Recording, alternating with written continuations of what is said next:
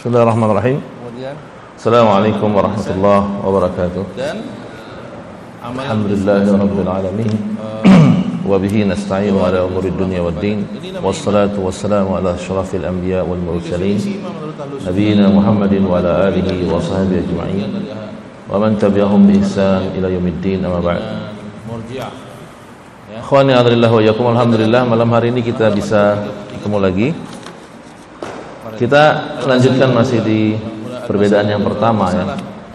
Dalam hal ini, ba'du man dakhalat alaihi syubhatul irja. Yang mereka katakan bahwa dari man yuqarru bi dhahirin qaulus salaf fil iman anna al iman di ujung akhir yang bagian yang kedua ya. Ada beberapa masalah saat ini ya. An-nasu ala anna al-qawla ba'dul 'adhirin li ubadil qubur qaul irja. Orang kalau kena penyakit itu biasanya dia enggak ngeh. Tahunya ketika sudah Nas parah. Atau dalil-dalil yang menjelaskan bahwa Biasanya sama, apalagi orang ucapan orang yang mengatakan bahwa OTG. para orang-orang yang menyembah kubur diberi uzur secara mutlak, ini adalah ucapan irja. Ya. Ya. Mereka mengatakan فمنهم من يطلق القول بإعذار عباد القبور بالجهل وعدم تكفيرهم إلا بعد فهم الذي تنتفي ما هو الشبهة المانعة. perbuatan. Jadi ada ucapan orang-orang yang terkena virus irja, yang terkena virus murji'ah. Mereka mengatakan memberikan uzur secara mutlak bagi orang-orang yang beribadah kepada kubur atau menyembah kubur. Jadi kaidah Ya. Dan tidak boleh mengkafirkan mereka yang dipraktekkan itu jauh berbeda. sampai mereka faham Banyak yang dan hilang semua syubhat yang ada di kepala mereka. ya. Di Ya, antaranya ini mereka memutlakkan apa namanya? Syubhat yang beredar di kalangan salafiyin. orang yang meninggalkan Orang-orang yang menisbatkan diri kepada salafi, tetap kepada akidahnya salaf, tapi mereka memberikan uzur meninggal amalan zahir.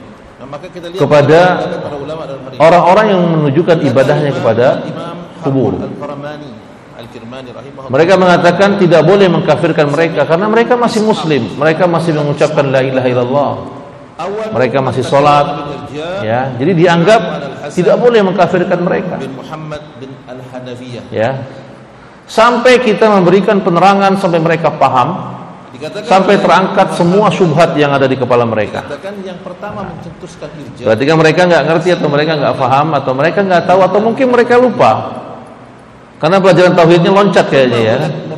Kalau seandainya mereka belajar qawaidul arba', maka jelas-jelas ini perkataan yang salah. Cetusnya hal biasa. Kenapa? Karena musyrikin jahiliyah dulu Fanatik. mereka beribadah kepada berhala, Sampai mereka berkata menyembah berhala, tujuannya ibadah kepada Allah Subhanahu wa taala. Ya. wa shaum Ramadan. Dikatakan wa annahu la yakfi mutlaqul ilmi bil wal balagh wa mutlaqul fahmi wal idraki li nususil kitab wa sunnah li ajli takfiril musyrikin. Tidak cukup dianggap Quran yang sudah sampai, penerangan ilmu yang sudah melebar kemana-mana, ini tidak cukup dianggap mereka. Dianggap ini bukan hujjah. Min ghairi juhudi biha. Ya. Anna la nukaffir. Sering kita dengarkan ketika ditanya bagaimana hukumnya orang yang menyembah kubur, oh tidak boleh dikafirkan sampai tegak hujjah dulu. Puasa itu wajib. Puasa Nah kita tanya tegak hujjah itu maksudnya apa? haji Sampai mereka faham. dan seluruh amal-amal. Kalau sudah paham, ya tidak boleh juga dikafirkan sampai hilang semua syubhat yang ada di kepala mereka. Dia kerjakan. Kalau mereka sudah dijelaskan syubhat-syubhatnya, Ya. apakah masih boleh dikafirkan setelah mereka dikasih tahu dan mereka faham dan mereka membangkang? Tidak boleh. Sampai yang berhak mengkafirkan itu hanya para ulama. Yarja'u amruhu ila Allah. Gitu ya. Kalau gitu ulama yang mana yang boleh mengkafirkan ini? Idza Ulama-ulama kibar. Ulama kibar yang mana? asyhadu an la ilaha Mereka juga nggak bisa jawab. Jadi seakan-akan pelajaran nawaqidul Islam itu menjadi pelajaran yang diawang-awang, yang tidak bisa ditetapkan, yang tidak bisa dipraktekkan. ditinggalkan maka dia Sesuatu pengetahuan ilmu yang dipelajari tapi tidak bisa diamalkan. ini ciri-ciri Ya kan? Mereka belajar nawaqidul Islam, pembatal-pembatal keislaman. Untuk apa? Maka kata Ini termasuk ilmu yang tidak bermanfaat. Kalau ilmu yang dipelajari tapi tidak bisa jelas ini tidak ada keraguan dipraktekkan. kepercayaan mereka. Kan diketahui bahwa nawaqidul Islam, membatal keislaman, yang pertama itu syirik. Lah ada orang berbuat syirik enggak dia masih muslim. Lalu nawaqidnya dapat di mana? Pembatal keislaman dari mana gitu. Ini apa namanya? Hujah yang mereka sendiri melintir yang enggak karuan gitu. Kami mukmin. Ya, pada prinsipnya mereka tidak menjadikan amal bagian dari iman. Mereka tidak berkata di sisi. Jadi orang kalau sudah mengucap la ilaha illallah tidak jadi kafir apapun yang dia buat. Karena kalau proses takfir yang mereka lakukan itu, yang mereka inginkan itu nggak akan mungkin berjalan. Dan itu seperti mereka ngomong Ya kan? itu perbuatan. Kenapa? Karena kalau proses takfir atau kaidah takfir yang mereka fahami sampai tegak hujah, sampai mereka faham, sampai mereka hilang syubhat, lalu yang mengkafirkan itu para ulama, ya nggak akan jalan. Ya kan? Nggak bisa diterapkan kan? Siapa yang menerapkan? Ini Ya kan? yang pertama. Mereka Mestinya nggak usah dipelajari. Nawaqidul Islam buang aja buku itu. amalan yang wajib semuanya. Buku tentang membatal keislaman, Penting apa? tentang pengertian murtad atau riddah, dibuang dari semua kitab fikih. Nggak usah dipelajari. Kenapa? Orang kalau sudah ngomong la ilaha illallah pasti muslim kok. Kita kan tahu bahwa tidak semua amal seperti itu. Ya kan? Pada setiap ibadah di dalam kitab fikih itu, ketika dikatakan apa pembatal salat, salah satunya riddah, murtad. Seperti apa? Ya. Orang kalau sudah murtad, salatnya nggak diterima. Hormati tetangga itu hukumnya wajib bukan? Ya. Nah ini ikhwan yang Allah wa iyyakum, jadi tabrakan keilmuan, mereka tabrakan dari apa namanya kaidah usul yang mereka pahami. Kaidah atau ilmu yang mereka buat, rambu-rambunya tidak bisa diterapkan. Menjadikan agama Islam ini atau nawaqid, pelajaran pembatal keislaman ini menjadi pelajaran yang sia-sia. Jadi dikatakan contoh amal Ya. faraid. Maka lihatlah, mereka beralih kepada ilmu-ilmu yang lain, ilmu cabang, dan mereka keras di situ. Mereka beralih pada ilmu-ilmu furu, dan akhirnya mereka keras di situ. Sedangkan untuk masalah yang pokok, yaitu syirik dengan tauhid, mereka abaikan. Motornya ke sisi kanan. Mereka abaikan, tidak dijadikan hal yang utama. Sebelah ke sisi utara. Ya. Sebelah utara. Karena orang kalau berbuat syirik dimaklumi. Tadi yang antum parkir. Dimaklumi.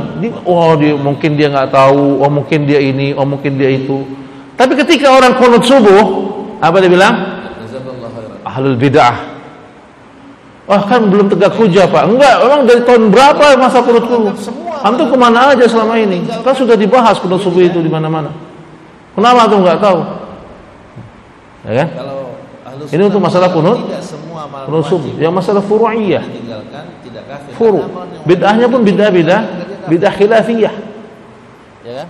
Bid'ah khilafiyah. Karena mazhab Syafi'i menganggap qunut subuh itu sunnah. Ini banyak pendapat dari Dan masalah yang diributkan masalah qunut subuh kan. Allah Ta'ala. Secara keseluruhan qunut itu ada syariatnya. Kerja itu mengeluarkan amal dari Betul kan? perbuatan. Mazhab mana yang menyediakan syariat qunut? Tidak ada. Semua mazhab sepakat bahwa ada qunut. Amalil jawarih Syariat qunut itu ada. Cuma bermacam-macam qunut itu kan.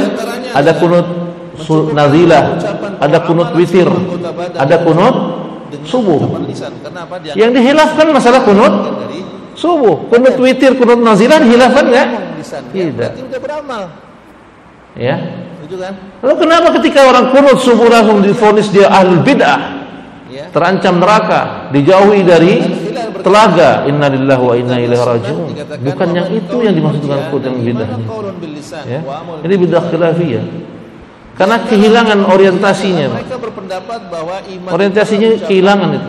Padahal salafiyun, mereka di durar as-sunniyah, ad-durar sittu durar, 6 prinsip dakwah salaf. Itu yang pertama mengajak manusia kepada tauhid, meninggalkan syirik. itu bagian dari amalan. Bagaimana mungkin seorang mengajak kepada tauhid untuk meninggalkan syirik sedangkan dia nggak tahu mana batasan tauhid, mana batasan syirik?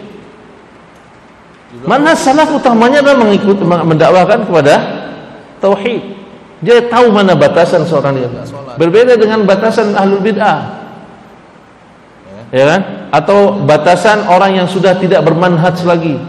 Manhaj salaf itu batasannya apa? Ketika dia sudah ngomong, Ya kan? Yang selama ini praktek di lapangan, batasan manhaj salaf itu ustadznya.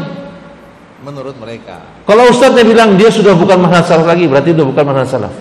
Walaupun yang diajarkan sama, walaupun yang didakwahkan sama, buku yang dibahas pun sama, tapi dengan entengnya dia bukan manhaj salaf lagi. Kenapa? Sudah tidak duduk lagi di ustadz kami.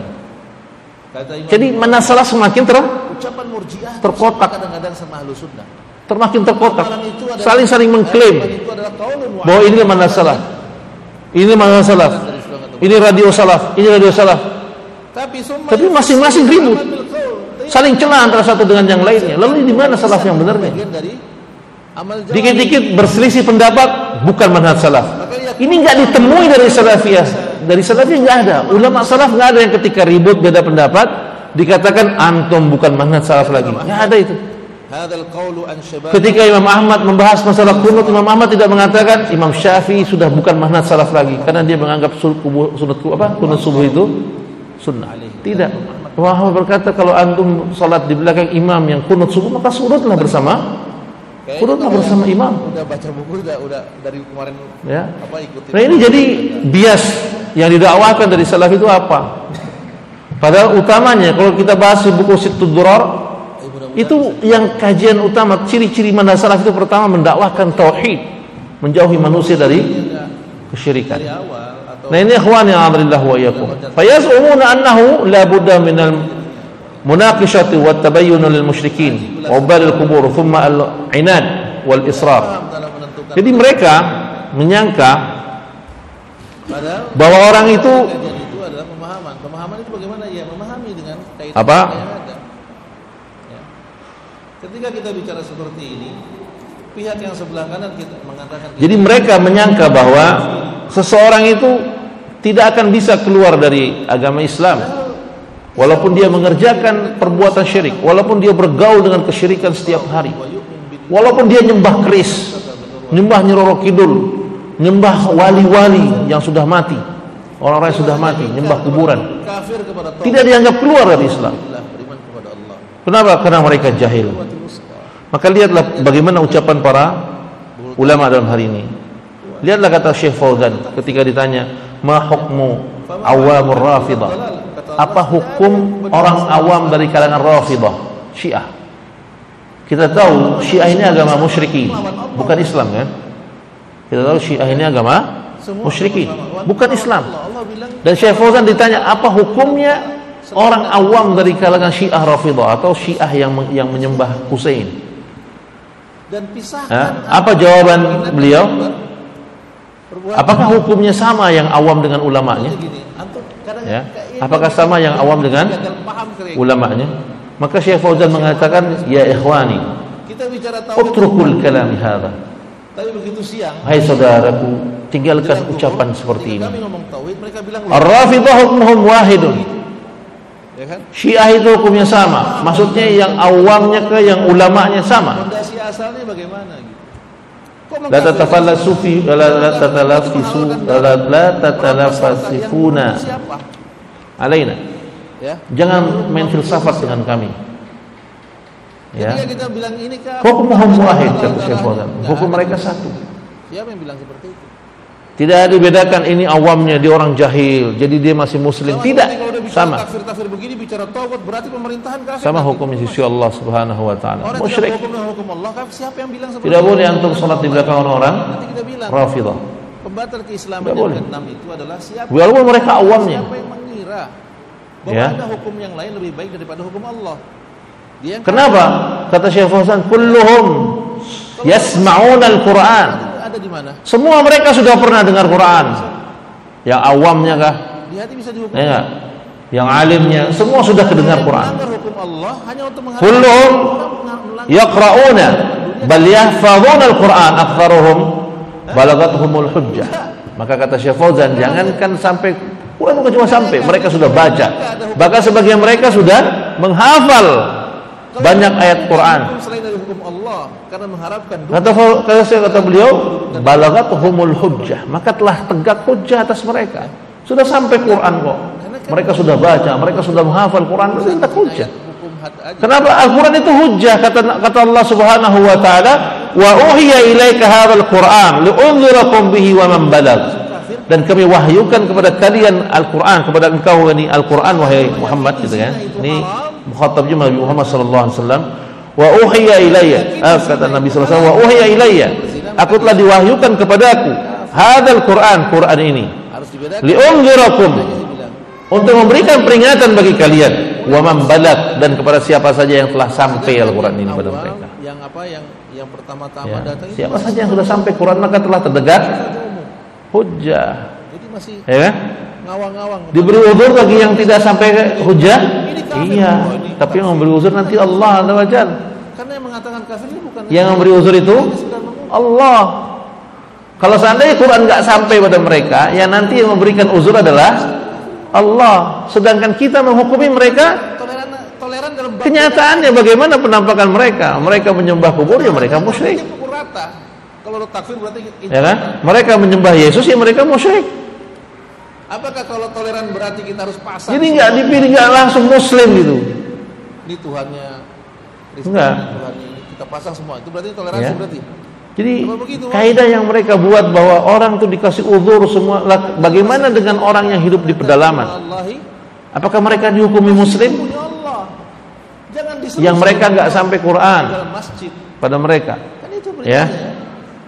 Lalu mereka Ini yang menyembah berhala, belakangan masuk ya. Al-Furud. Bagaimana hukum mereka? Pahami dulu. Apakah mereka dihukumi Muslim? Lanjutan, Pak. Apa dihukumi kafir? Pahami dulu usul salat. Kalau mereka katakan dihukumi kafir, kan belum sampai hujah, kok antum menghukumi dia kafir? Apa? Nawaqidul Islam. Ya kan? Baru kasbul syubhat. Setelah itu baru kita Ya. lanjutan seperti Al-Furud kayak gini. Makanya ikhwan yang a'adzallahu wa iyyakum, Kalau masih bingung, bertanyalah lebih baik. Jangan berasumsi.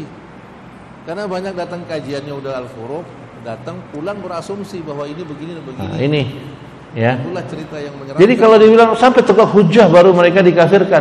Kalau gitu kita tanya orang yang di Papua, yang di pedalaman sana, yang nggak kenal peradaban, mereka dihukumi Muslim? Amal jawarih. Jadi kalau udah ngomong udah selesai. Hah? Ya enggak. Kita lihat mereka menyembah berhala, kita hukumi mereka kafir, musyrik. Ya kan? Padahal belum sempat tegak hujah. Iya, seperti halnya bapaknya Nabi Muhammad sallallahu alaihi wasallam, ibunya Nabi Muhammad sallallahu alaihi wasallam. Ya. Kenapa? Nabi Muhammad sendiri yang mengatakan bahwa ibuku antara syarat dan ibumu berada di dalam apa neraka. syarat dan rukun? Ya kan? Loh kok Nabi menganggap bapak ibunya itu di neraka? Rukun itu Padahal hujah belum sampai. Bapaknya meninggal, Nabi Muhammad SAW belum diutus. syarat Ibunya meninggal, Nabi Muhammad SAW belum jadi terpenuhi Nabi dan belum jadi Rasul. bagian dari amalan itu. Ya, Sedangkan ini rukun yang bagian- akhirnya membuat bertabrakan antara satu contoh kaidah dengan kaidah yang lain yang dipunyai oleh mereka. Ya, yang ajibnya Pak, banyak orang-orang yang nggak pernah menyampaikan sampai hal kayak gini gitu. Terus saja menikmati syarat orang keterangan itu. Lalu mereka menganggap sudah belajar tauhid, sudah belajar akidah. ya. Lalu mereka menisbatkan diri sebagai salafi. Nah, itu Ini yang repot ini. niat takbiratul ihram, Ya. baca Al-Fatihah. Masa salafi nggak ngerti tauhid? Ajib itu.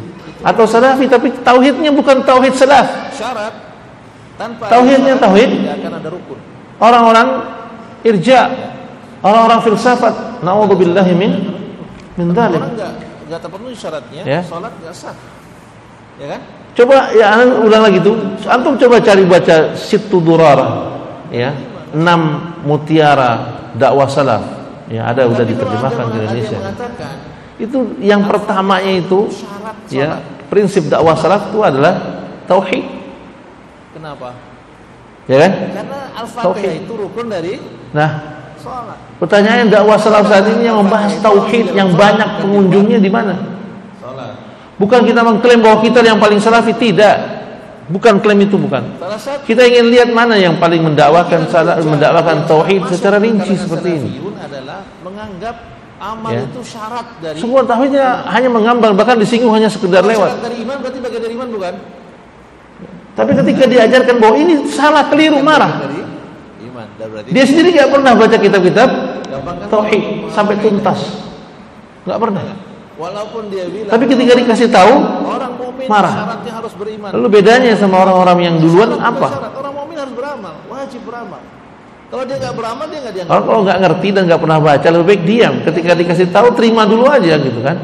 sampai renungkan, sampai antum dapati hujahnya bahwa ini salah. Dia tinggalkan puasa Ramadan, dia tinggalkan zakat, dia tinggalkan haji, maka dia bukan mukmin. Ikhwan a'adillahu wa iyyakum, bahkan sampai ada orang itu mengklaim bahwa kajian paling salah karena ngaji tauhid, kita enggak. Lah, ya buktikanlah antum ngaji dengan tauhid ayo. Tapi saya enggak mengerjain itu. Buktikan kajian tauhidnya terus berlanjut, bukan kajian tauhid ditinggalkan. Tidak dianggap beriman. Ya. Nah ini yang ketiga. Nah, ikhwan a'adillahu wa iyyakum. Maksudnya dikatakan seperti itu. Bahwa amalan itu syarat dari iman. Jadi hati-hati antum. Kalau ada kita lanjut ya. Kata bahwa maka kata Syekh Fauzan hafizahullah taala, dia katakan kullu man abada ghairallahi minal ulama wa minal awam wa minal hadar wa minal badu fa innahum musyrik. Siapa saja yang beribadah pada selain Allah, baik dia itu orang awam, dia itu ulama, dia orang kota, dia orang pegunungan, ya, siapapun itu yang beribadah pada selain Allah, mereka dihukumi syirik, musyrik. Ya. Qauluka ta'dihu wa naqulu hadza jahil. Ucapan Anda yang mengatakan atau ada orang yang mengatakan memberikan udzur pada mereka dan mengatakan ini jahil, mereka enggak ngerti, mereka bodoh. Hadza Allahu a'lam. Ini saya enggak tahu hukumnya, dia kafir atau enggak. Al-jahlu lahu hudud. Ulama semua sepakat ada. Kata Syekh Fauzan, ya, semua mazhab sepakat ada syariat. Udah salah paham ya. Kejahilan itu ada batasnya. Kalau subuh itu bid'ah Imam Syafi'i. Aina ya syuhada. Di mana orang ini tinggal? Maksudnya yang dia beribadah pada selain Allah, dia tinggal di mana? Imam Ahmad dan dia tinggal di negeri apa? Dan Hanafi tidak menganggap itu sunnah. Kalau Syekh Fauzan mengatakan huwa ya'ishu fi biladi ba'idatun min 'anil Islam. Kalau dia tinggal di negeri yang jauh dari negeri Islam, wala ya'rifu syai'un fa hadza jahil, dan dia enggak ngerti apa-apa, nah ini baru namanya jahil. Lakin alladhi ya'ishu ma'al muslimin, tapi kalau dia tinggal di tengah kaum muslimin, wa yahduru fil masajid, dia datang di masjid-masjid, wa yasma'ul Qur'an, mendengar Quran, wa yasma'ul hadis, mendengar hadis, wa yasma'ud durus, mendengar pelajaran-pelajaran Al-Qur'an, mendengar pelajaran agama. Ila matal jahil, sampai kapan dia dihukumi jahil? Ada orang nih tinggal di Tanjung Barat, ya, terus dia nggak sholat setiap hari, nggak sholat. Ya, apa hukumnya nggak sholat? Kafir kan? Lalu dia tinggal di Tanjung Barat dan jarak dia di masjid cuma 20 meter, seumpama, ya, lalu masih dihukumi muslim gitu, dibilang dia jahil. Jahil, apa? Orang ini jahil itu berarti kan nggak tahu kan, nggak ngerti ya. Orang nggak tahu apa yang nggak mau tahu. Karena harus dibedain kan, yang nggak ngerti sama yang nggak mau ngerti. Kebanyakan orang saat ini bukannya jahil, bukan bodoh, tapi nggak mau pinter. Nggak mau pinter. Datang ke masjid sholat Jumat tidur, nggak mau dengerin khotib. Penyembah kubur, ya kan? Dibilangin ada kajian nggak mau datang. Setelah dibilangkan yang antum lakukan ini keliru dan bisa membatalkan syahadat antum, marah. Ini banyak orang belajarnya enggak. Masalah bicara udzur bil jahal. Udzur Ya, kejahilan. kenyataan seperti itu kan. Lalu mau dihukumi mereka terus jahil, terus bodoh gitu. Hati-hati tidak mengkafirkan sesama muslim. Nah ini ikhwan yang alhamdulillah wa yakum ya. Jadi beda antara orang yang enggak tahu sama yang enggak mau. Yang enggak mau tahu. Yang dihukumi jahil, yang dimaklumi itu yang tinggal jauh dari negeri Islam. Nah sekarang kita tanya, negeri ini negeri Islam bukan? Negeri Islam bukan Indonesia. Negeri Islam, penduduknya mayoritas muslimin. Siapapun orangnya, kalau dia beribadah. Dan itu disepakati oleh mereka, negeri ini negeri Islam, mayoritas kaum muslimin, tapi kesyirikan diberi udzur. Islam apa jadinya? Maka mereka dinamakan juga bukan mukmin dan bukan kafir. Kita kan negeri ini negeri Islam, la syak, nggak diragukan. Mayoritas penduduknya muslim, nggak diragukan lagi. Negeri ini negeri kaum muslimin.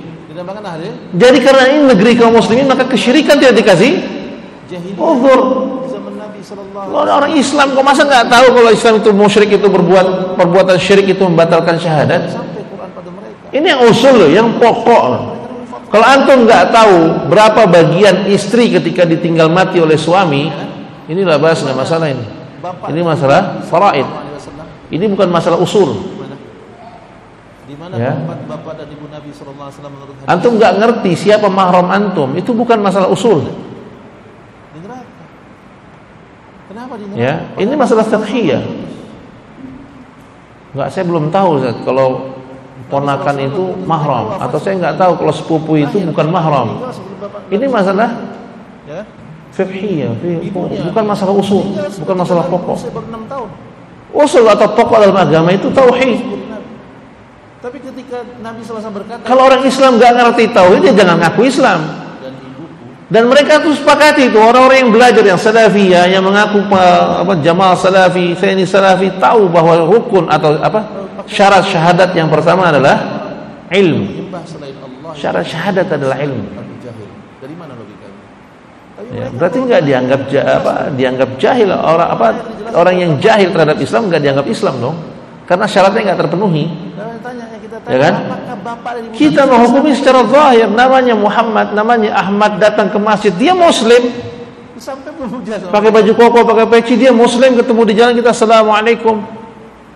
kalau ada Kita ustaz hukumi yang dia muslim. mengatakan, ya, ini sudah Sampai ketika dia sudah nampak pembatal kesyahadatnya, dia melakukan salah satu dari 10 pembatal keislaman, baru kita hukumi dia keluar dari Islam, dan kita tidak menghukumi dia muslim lagi berapa jarak? sampai dia taubat dari perbuatannya. Jaraknya jauh.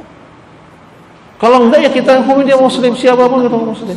Dai kepada tauhid sebelum Nabi. Kan lucu kan kalau ada yang bilang antum kalau mengkafirkan penyembah kubur, nanti di Tanjung Barat antum sholat di mana?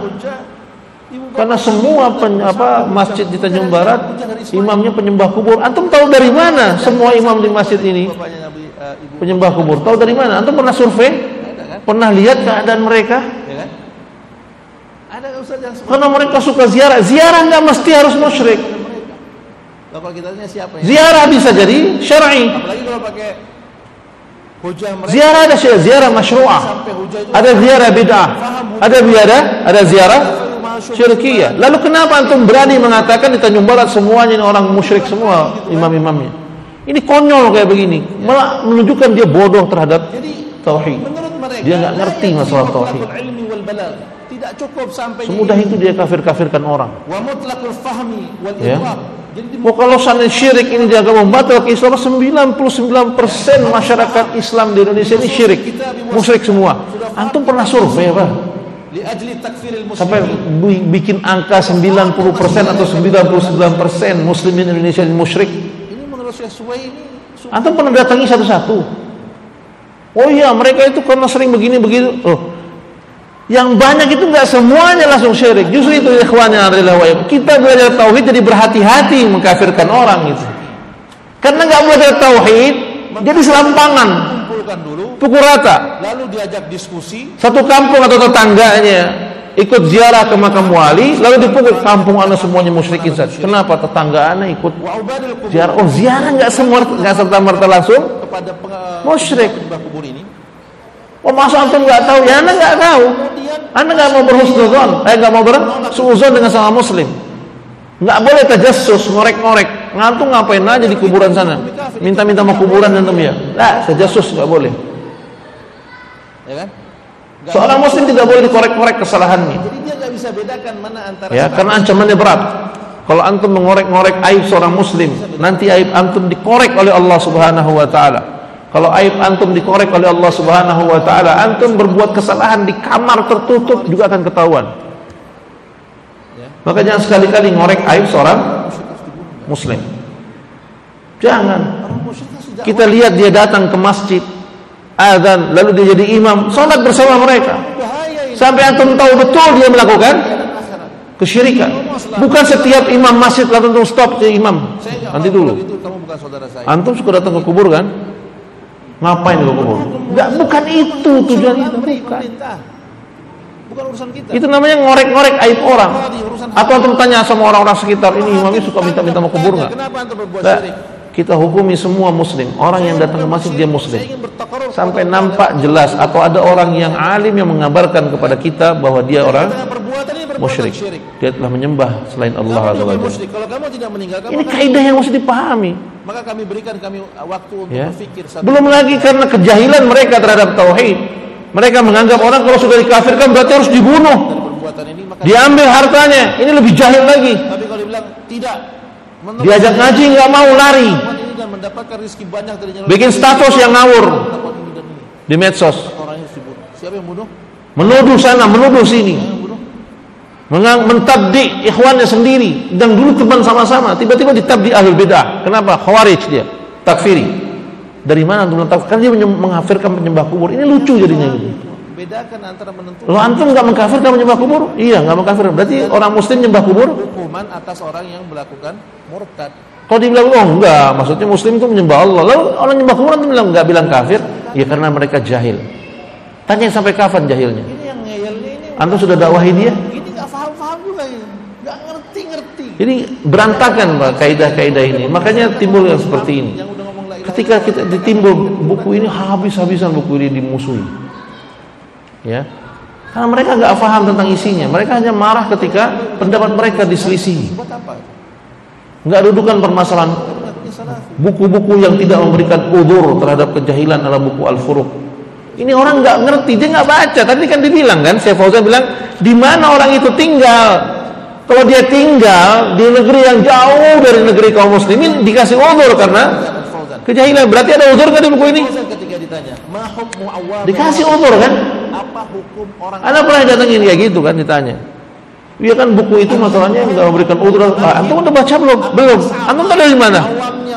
Ada bilang di buku itu diberi udzur atas kejahilan. Ada udzur kejahilan di buku ini. Ini antum bisa baca kan? Diberi ke udzur, diberi maklum kejahilan. Di mana? Kepada siapa? Itu masalahnya kan? Pada siapa? Orang yang tinggal jauh dari negeri kaum muslimin, yang nggak sampai Quran pada mereka.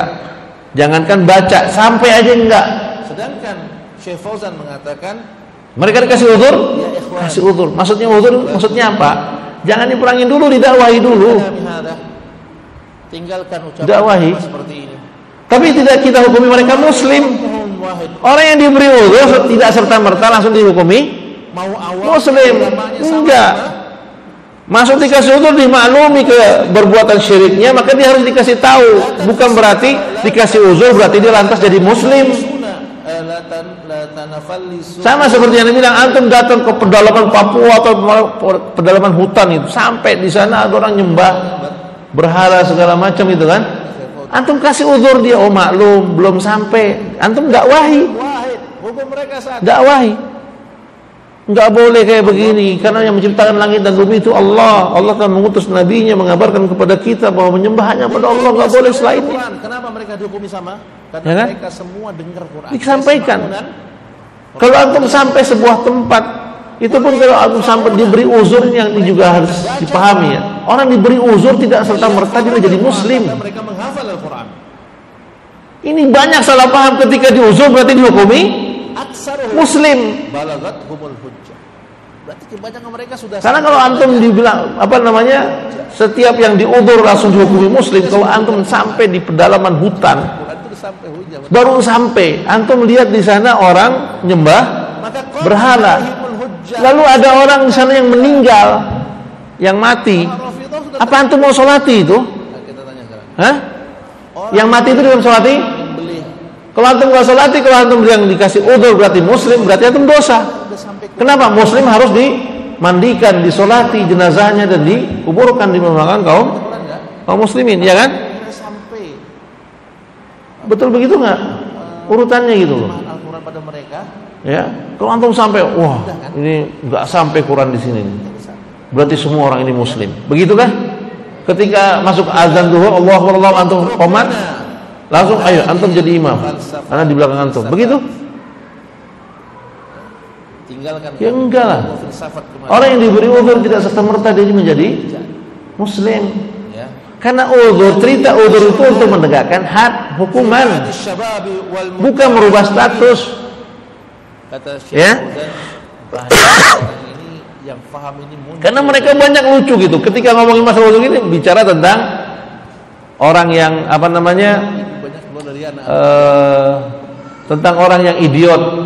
Hadis yang diriwayatkan oleh Imam Ahmad. Diulangi lagi. Nanti di sisi Allah ada orang idiot, ada orang pikun, ada orang ini itu. Ya kenapa kamu tidak beriman? Mereka mengatakan, ya Allah, ketika ayatmu sampai kami jadi mainan anak-anak, kata orang idiot. Kata orang tuli, saya nggak mendengar ya Allah karena keterbatasan saya. 19. Nah, Allah memberikan uzur pada mereka, nggak langsung dilemparkan ke neraka. Diuji sama Allah, diuzur sama Allah. Tapi diuzur bukan berarti oh ya kalau gitu kamu masuk surga lah, enggak kan? Allah uji, diuji. Allah buatkan api yang besar. Ayo loncat ke api.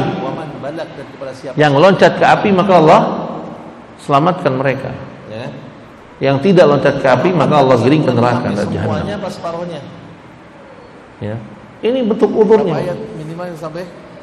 Ya, ini kan lucu kalau apa namanya kaidahnya mereka berantakan itu dan dipaksakan semuanya. Sampai-sampai dikatakan bahwa 10 pembatal ini batal siapa saja yang melakukannya kecuali orang-orang yang jahil. Dikecualikan orang-orang jahil. Kalau seandainya jadi dia terabas syarat dari syahadat, yaitu syarat utama syahadat itu apa? Ilmu. Syarat pertama dari syahadat ilmu. Dia terabas dengan mengatakan tidak batal kecuali jahil. Dihajar semua nih kaidah-kaidah yang sudah ditetapkan para ulama. Imam Syafi'i kalau sudah sampai kalau Allah seandainya enggak turunkan surat ayat apa-apa, cuma 3 saja. Nah, ikhwan yang alhamdulillah wa iyyakum, maka sudah sampai, cukup maksudnya apa? Cukup buat Allah untuk mengazab orang yang telah sampai surat Al-Asr tapi dia masih ingkar pada hukum Allah. Jadi wa qala hafizahullah, berkata Syekh Fauzan dalam bab ke-9 dan ketika beliau menjelaskan bab 9 dalam kitab Fathul Majid inda qaulil musannif wa annahu lam ya'dhuru bil jahalah, yaitu tidak dikasih udzur kejahilan. Dia berkata al-murji'ah yaquluna yu'dharuna bil jahal. Kata Syekh Fauzan, ya, sedangkan orang-orang murji'ah memberi udzur atas kejahilan. Tentu yang maksud sini udzur secara mutlak. Ya. Karena urutan bahasa seperti itu. Maka lihat lanjutkan, beliau berkata wa qala nabbahu an ala dzalik hafizahullah, maka telah diingatkan permasalahan ini oleh beliau kama fi qauli, dalam ucapannya wa hadza yadullu ala batlani qaulun man yaqulu inna man qala kalimatul kufr au amalal kufr la yukaffiru hatta ya'taqidu biqalbihi ma yuqalu ma yaqulu wa yaf'alu. Ini sama seperti ucapan mereka. Jadi seakan-akan mereka itu berkata, ya, menunjukkan kalau orang yang mengatakan orang yang berbuat syirik itu tidak batal syahadatnya, ya, dikasih uzur atas kejahilannya. Jadi kata beliau, ini menunjukkan mereka berpendapat bahwa siapa saja yang mengucapkan kalimat kekufuran, beramal kekufuran, la yukaffiru, tidak boleh dikafirkan sampai beliau atau sampai mereka meyakini hatinya bahwa apa yang diucapkan, apa yang diamalkan itu adalah kekufuran. Indonesia negerinya kaum muslimin. Begitu kan maksudnya kan? Ya kan? Kalau mereka katakan orang muslim tidak dikafirkan walaupun dia sudah menyembah kubur. Jadi seakan-akan dia katakan bahwa orang tidak boleh dikafirkan jika amalannya, ucapannya kufur. Dia tidak boleh dikafirkan sampai dia betul-betul meyakini apa yang diucapkan dan diamalkan itu sebuah kekufuran. Nanti setelah, ya kan? Setelah kita, begitu kan? Kita mau tidak boleh dikafirkan sampai tegak hujjah. Tegak hujjah itu bagaimana? Sampai mereka faham. Sampai mereka faham. Kalau sudah faham bagaimana? Sampai hilang subhat. Ya. Jadi dengan kata lain ucapan seperti ini, kata Syekh Fauzan, seakan-akan dia berkata bahwa orang yang sudah mengucapkan syahadat tidak boleh dikafirkan walaupun dia mengucapkan ucapan kufur, ucapan yang menyebabkan seorang keluar dari Islam, atau mengerjakan amalan kufur yang menyebabkan seorang keluar dari Islam, kecuali dia sudah betul-betul meyakini bahwa apa yang diucapkan, yang dia amalkan itu adalah kesyirikan dan membatalkan syahadat. Jadi tidak ada yang kafir, tidak ada yang murtad kecuali dia betul-betul berniat murtad. Mana iman antum dituntut saat ini? Ya. Ini bedanya dengan ahlu sunnah. Ahlu sunnah tidak begitu, Pak. Ayo, Ya. keluarkan harta antum. Ya. Buat siapa? Jadi kalau benar-benar berniat murtad, berniat musyrik baru musyrik. Kalau enggak berniat musyrik, enggak musyrik. Setiap orang yang sholat Kalau begitu tidak ada. Ibrahim alaihissalatu wassalam berdoa, wajdubni wa baniya na'budul asnam. Jauhkanlah aku dan anak turunanku dari menyembah berhala atau berbuat kesyirikan. bekerjasama. Karena alhamdulillah Kenapa? Tak mungkin Ibrahim berniat menyembah berhala. kita berhasil Tapi Ibrahim takut hal itu dan minta agar Allah menghindari dia dari perbuatan sama yang lewat, syirik. ya kan? Sama teman-teman Ya kan? sekitar. Dan gak mungkin Abu Bakar As-Siddiq radhiyallahu an berniat melakukan kesyirikan kan? Tapi Abu Bakar minta diajari doa supaya dia dihindari dari Ngaji kesyirikan, kegiatan buat dari perbuatan syirik. masjid, Ya kan? keluarga sekitar. Allahumma inni a'udzubika min an usyrika bika syai'an wa ana a'lam wa astaghfiruka ma la a'lam. Bagi kelihatan Ya kan? kita ini beramal. Ya Allah ya Rabbi, Allah nggak akan lihat banyak sedikit. aku berlindung padamu dari perbuatan syirik yang aku ketahui itu sebuah kesyirikan. Udah Dan aku mohon ampunanmu jika aku melakukan sebuah kesyirikan yang aku nggak ngerti kalau itu sebuah kesyirikan. siap tenaga, ya kan? Ya kan? Kalau untuk masalah Kalau kaidahnya Murji'ah nggak usah minta itu. Kenapa? Orang nggak akan musyrik kecuali dia sudah berniat musyrik.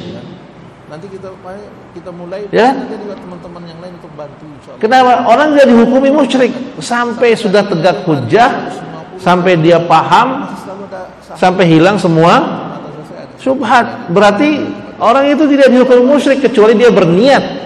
Dia ada tahu bahwa itu perbuatan syirik dan dia berniat ingin berbuat syirik.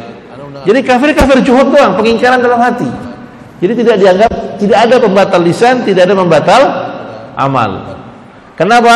Karena amal bukan bagian dari iman. Sampai sini paham nggak?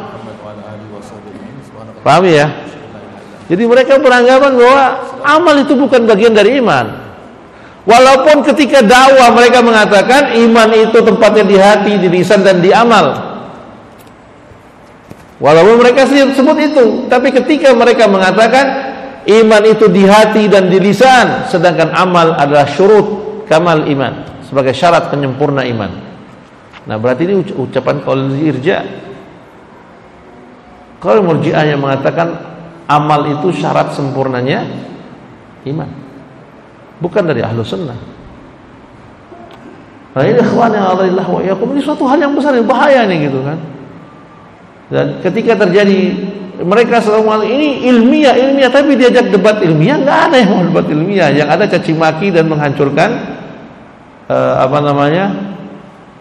personal dari orang yang diajak debat. Lucu kan? Nah ini ikhwan yang Allah wa iyyakum, sebaiknya diamlah kalau seandainya kita nggak ngerti tentang permasalahan yang lagi dirame. Jangan ikut campur hanya sekedar berdasarkan pendapat si ini si itu. Diam aja, jadilah pemerhati. Lihat aja gitu. Karena kita juga belum pernah menamatkan tauhid kita, cuma belajar cuma usul salasa, itu pun nggak sampai selesai. Kita harus baca kitab tauhid. Kita nggak belajar tentang nawaqidul Islam, kita nggak tahu tentang qawaidul arba, kaidah-kaidah kesyirikan itu apa, kita nggak ngerti. Lalu tiba-tiba dikatakan bahwa ini adalah sebuah kesalahan, jangan marah dulu. Pelajari dulu, dengarkan dulu. Jangan lalu menuduh hal-hal yang buruk sama orang yang mengajarkan ilmu sama kita. Nah ini ikhwan yang Allah wa iyyakum, perbedaan pertama dari beberapa perbedaan yang ada antara Ahlussunnah dengan Murji'ah dalam perkara iman. Wallahu taala alam. Anda rasa sampai sini dulu. Kalau ada yang mau ditanyakan, fadhal silakan. Kalau udah azan mestinya ya. Udah jam 7 lewat 1 ya. Oh, jam 1 ya. Ya, alhamdulillah. Sampai sini kalau ada yang mau ditanya silakan, kalau enggak nanti kita ngobrol setelah salat Isya ya. Kalau mau ditanya, ada yang mau ditanyakan. Kemudian ikhwan yang alhamdulillah wa iyyakum. Alhamdulillah kemarin bagi-bagi nasi kita di hari Jumat kemarin alhamdulillah berjalan dengan lancar ya. Mudah-mudahan ini bukan yang pertama dan terakhir, karena kita berharap bisa terus menyambung. Jadi Kami masih berharap partisipasi antum semua, ya, partisipasi antum semua baik berupa materi atau donasi atau tenaga, ya, atau pikiran atau ide-ide untuk menyampaikan apa yang mesti yang kita beri gitu ya. Mudah-mudahan ini jadi ladang amal buat kita semua. Jangan hentikan sampai di sini. Kita akan terus lanjut, ya. Kalau seandainya pekan depan kita kehabisan dana, ya nggak usah pakai nasi, kita pakai kue atau apa, ya kan. Maka diharapkan pada ikhwah sekalian, kalau ada yang mau koordinasi, mau beri bantuan, sebaiknya hari Rabu sudah sudah kasih tahu ke koordinatornya. Kalau untuk koordinator di sini Pak Sutarja, di Sesegeran Pak Arga, ya. Untuk akhwatnya ada Bu Yuli, ya, yang bisa jadi nanti mengkoordinir apa yang mau dibuat dan apa yang mau dibagi. Mudah-mudahan kedepannya bisa jauh lebih baik dan lebih banyak lagi.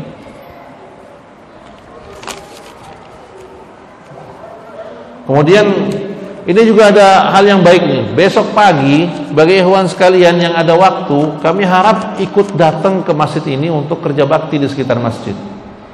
Ini adalah amal soleh ini, ya. Ini juga amal soleh, menunjukkan bahwa jangan sampai kita tuh nggak peduli dengan apa yang masjid kita gitu, ya.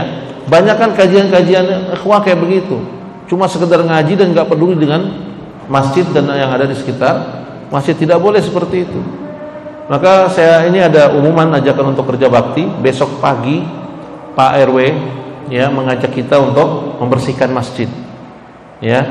Ana berharap ada dari antum yang punya waktu luang, atau kalau bisa meluangkan waktulah besok, ya, yang dekat, karena ana jauh jadi ana nggak bisa kesini gitu. Kalau ana dekat ana juga datang insyaallah, tapi karena jauh ana nggak bisa datang. Kebetulan juga karena posisi kita yang jauh, ya.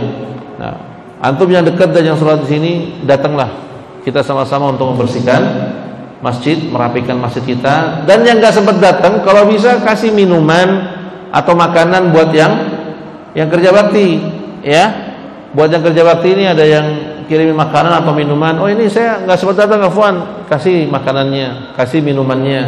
Oh, makanan agak mahal, ya minuman berapa sih? 20 ribuan, ya. Aqua gelas satu kardus berapa? Cuma 30 ribu paling banyak, ya kan? Itu kan cukup gitu, ya. Yang penting ada partisipasi kita gitu, ya. Kalau antum gak ada uang, ya antum datang, ya. Yang diharapkan sebenarnya datang gitu, biar kelihatan bahwa kita memperhatikan masjid kita ini. Ya, ini masjid kaum muslimin. Kita harus jaga dan pelihara kebersihannya, kelangsungan ibadah di dalamnya. Ini masjid Allah. Jangan bedakan ini bukan masjid kita. Enggak, ini masjid Allah. Di mana masjid itu punya kaum muslimin, ya. Kita perhatikan kebersihannya dan kebagusannya, ya.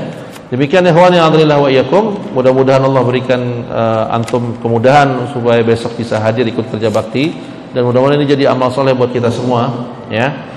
Demikian dari saya. Wassallallahu ala nabiyyina Muhammad wa ala alihi washabihi ajmain. Subhanakallah bihamdik, asyhadu an la ilaha illa anta astaghfiruka wa atubu ilaik. Wassalamualaikum warahmatullahi wabarakatuh.